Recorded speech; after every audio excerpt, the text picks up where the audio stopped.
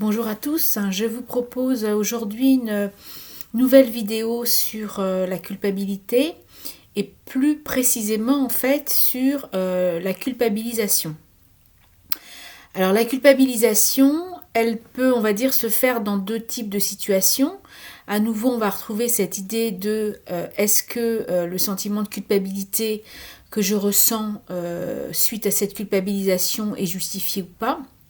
Dans le cas où la culpabilisation, le sentiment plutôt de culpabilité n'est pas justifié, c'est très probablement que l'on a affaire en fait à un procédé manipulatoire, c'est-à-dire un instrument finalement de domination de l'autre vis-à-vis de nous, procédé à travers lequel en fait la personne va tenter de nous faire culpabiliser pour arriver à ses fins.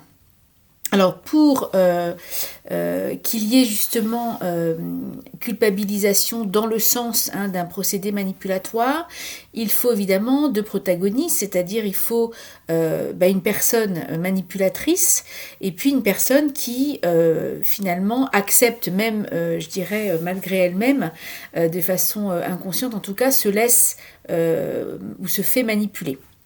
On ne peut pas manipuler quelqu'un qui ne donne pas prise, je dirais, au procédé manipulatoire. Alors pourquoi est-ce qu'il y a en fait dans ce cas-là manipulation et donc culpabilisation? C'est parce que en fait chacune des parties prenantes y trouve bénéfice.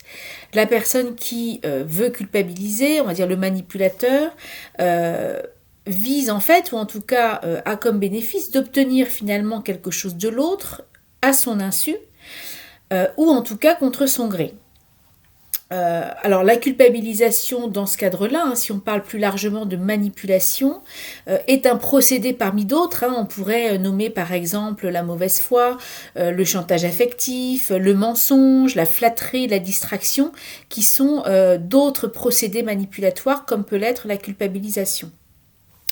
À ce sujet, si la question de la manipulation, de reconnaître un manipulateur et savoir déjouer la manipulation, je vous invite à aller regarder ma vidéo numéro 1 qui traite de ces questions.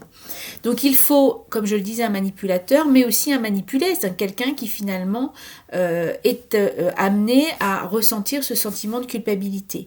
Alors quel bénéfice a finalement cette personne qui ressent ce sentiment de culpabilité non justifié? Ça peut être de se donner bonne conscience, de paraître quelqu'un de bien, quelqu'un qui respecte un certain nombre de règles, notamment des règles morales, des règles qui lui ont été inculquées, des valeurs. Et ça relève d'une certaine façon de l'ego, c'est-à-dire une forme d'image un peu idéale de soi que l'on aimerait donner à l'extérieur. On est dans le paraître et donc finalement culpabiliser, c'est quelque part rester accroché à cette image de soi qui n'est pas soi bien sûr, mais qui est une image un peu magnifiée, je dirais, de ce que l'on aimerait être aux yeux des autres. L'autre bénéfice que l'on peut avoir aussi à ressentir ce sentiment-là, c'est une forme de victimisation, pour le coup se faire plaindre et donc obtenir finalement du soutien, de l'attention, voire des gratifications. Donc c'est aussi une manière finalement de tenir l'autre, qu'on va retrouver aussi dans le bénéfice qui est celui de vouloir absolument tout maîtriser, tout contrôler.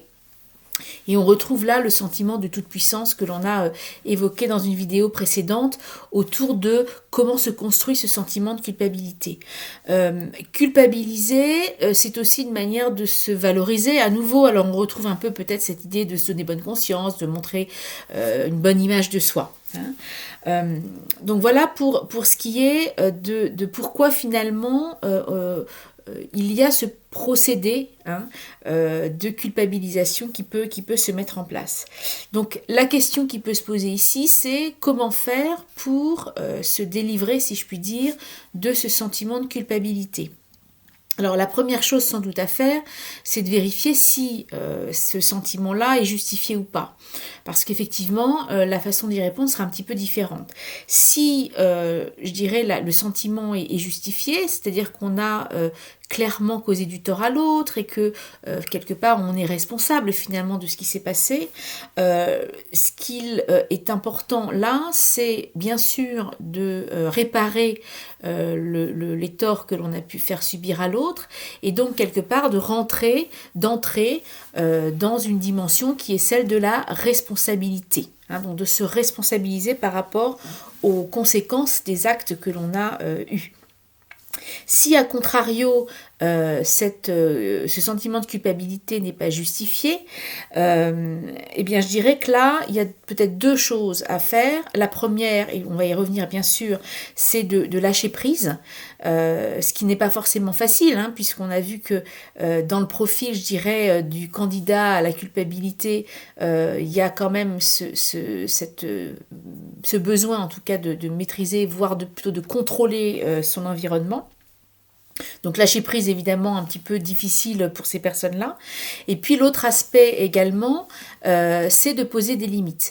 Et poser des limites, ça passe par travailler l'assertivité, c'est-à-dire savoir s'affirmer et plus particulièrement peut-être poser des limites. Ce qui est là aussi difficile, puisqu'on l'a vu que dans cette fameuse puissance infantile, eh bien, tout est question justement de limites qui n'ont pas été suffisamment posées et donc probablement ce sont des personnes qui elles-mêmes ont des difficultés avec se poser et donc poser des limites aussi aux autres. Alors sur ces questions de l'assertivité et de savoir poser des limites, notamment par le fait de oser et savoir dire non, je vous invite là encore à aller, si ça vous intéresse, regarder la vidéo numéro 8 et la vidéo numéro 26 qui vous éclaireront sur ces questions-là. Alors, si on revient quand même sur ces deux points, c'est-à-dire la culpabilité est donc justifiée, la question c'est donc comment on peut réparer ces torts. Alors, on va dire 4 étapes pour faire simple.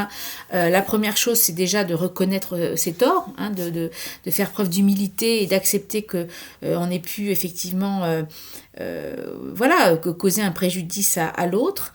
C'est également bien sûr de demander pardon, donc on est à nouveau aussi dans une posture d'humilité par rapport à l'autre, et de se pardonner aussi, pardonner ses erreurs, accepter que on n'est pas toujours parfait et que parfois on peut faire même parfois malgré soi d'ailleurs, du mal à l'autre, causer du tort à l'autre. Troisième étape, on va s'engager là dans un processus de réparation, donc s'engager dans l'action plutôt que dans le ressenti qui pourrait être dans une forme de complaisance aussi. Donc là, on va être vraiment dans l'action.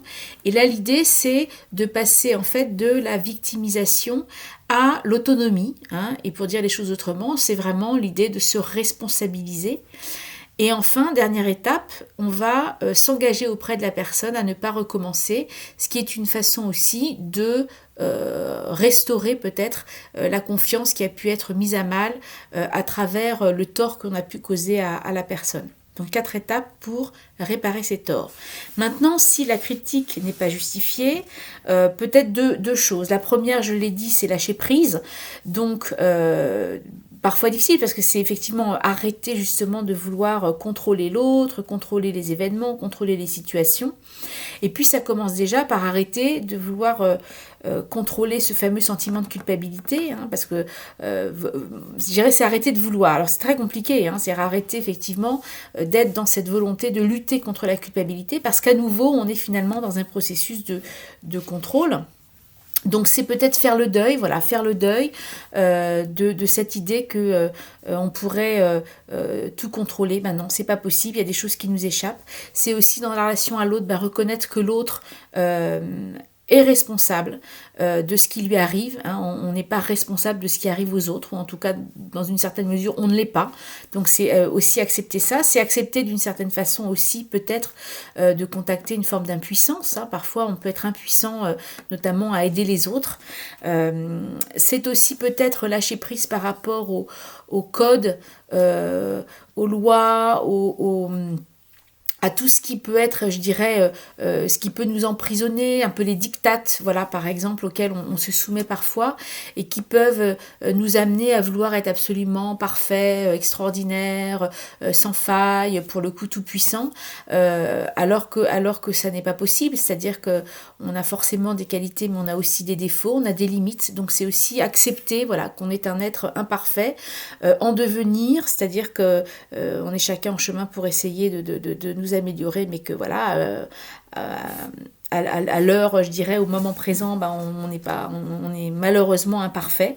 Donc c'est aussi, voilà, accepter ça et je dirais lâcher un peu cette pression voilà, qu'on peut avoir et qui est une pression souvent sociale, culturelle, parfois morale aussi, hein, à vouloir être absolument extraordinaire et parfait. Donc ça c'est premier point, lâcher prise. Et puis le deuxième point, peut-être pour justement sortir un peu de cette culpabilité injustifiée, c'est de faire preuve de bienveillance vis-à-vis de soi. C'est-à-dire de faire de son mieux dans les situations qui nous sont données, de se donner le droit à l'erreur. Hein, voilà, ça revient un peu à l'idée de effectivement renoncer un peu à cet idéal de perfection. C'est être capable de tirer aussi les enseignements de ses erreurs. Et puis enfin, de s'interroger sur qu'est-ce qui m'animait au moment où j'ai eu telle ou telle action et où j'ai ressenti de la culpabilité, quelle était l'intention positive finalement qui m'animait à ce moment-là, et de voir comment dans une situation similaire je pourrais adopter un comportement différent qui cependant respecterait l'intention ou le besoin qui était là sous-jacent. Et un comportement voilà, qui soit peut-être plus positif ou en tout cas qui m'amène à ne pas ressentir justement ce sentiment de culpabilité.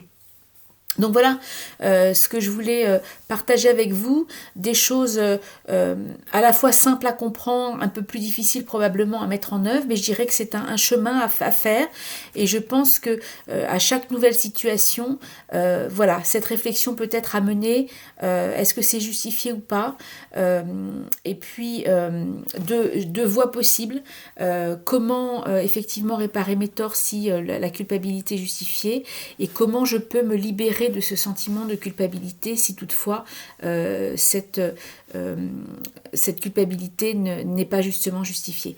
Voilà, je crois qu'on a terminé, me semble-t-il, le cycle sur la culpabilité, à moins que d'autres idées émergent de mon côté. Mais en tout cas là, on a quelque chose, je dirais, qui fait un tout assez cohérent. Donc 4 vidéos qui traitent de cette question-là. Je vous remercie beaucoup pour le temps que vous avez passé à écouter ces quelques vidéos. Et puis je vous souhaite à très bientôt pour une toute prochaine vidéo. Au revoir.